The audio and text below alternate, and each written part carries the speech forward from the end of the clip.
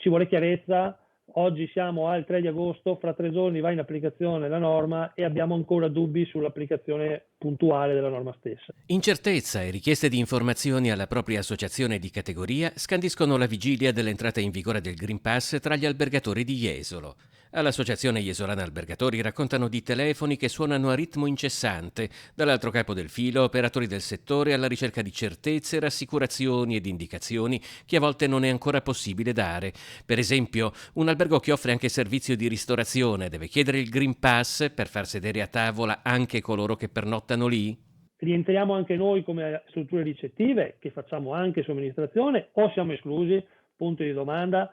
Ora, con buona pace dei colleghi di FIP e dei locali, che capisco, certamente non saranno contenti qualora fosse, ma lo è stato fino a ieri. Quindi oggi noi siamo il 3 di agosto e non riusciamo a rispondere ai soci che vi posso dire nelle ultime ore ci hanno chiamato a centinaia, e tanto io quanto i miei colleghi del Consiglio di amministrazione e il direttore abbiamo risposto personalmente a questi soci dicendogli che stiamo attendendo una interpretazione puntuale. Nel frattempo, l'estate 2021 ha già superato le presenze dell'anno scorso. Si registra un buon ritorno anche dai mercati stranieri. Nessuna cancellazione, le previsioni marciano verso quelli che erano i livelli del pre-Covid. Abbiamo chiuso un luglio con un'occupazione media nel settore alberghiero, sempre parliamo attorno all'80%, ovviamente con picchi di sold out nei weekend. Abbiamo delle previsioni per il mese di agosto fatte questa mattina stesso tramite il sistema benchmark del quale ci avvaliamo per valutare queste analisi, che danno già un'occupazione inserita attorno al 77% alla data attuale. Sappiamo sempre che poi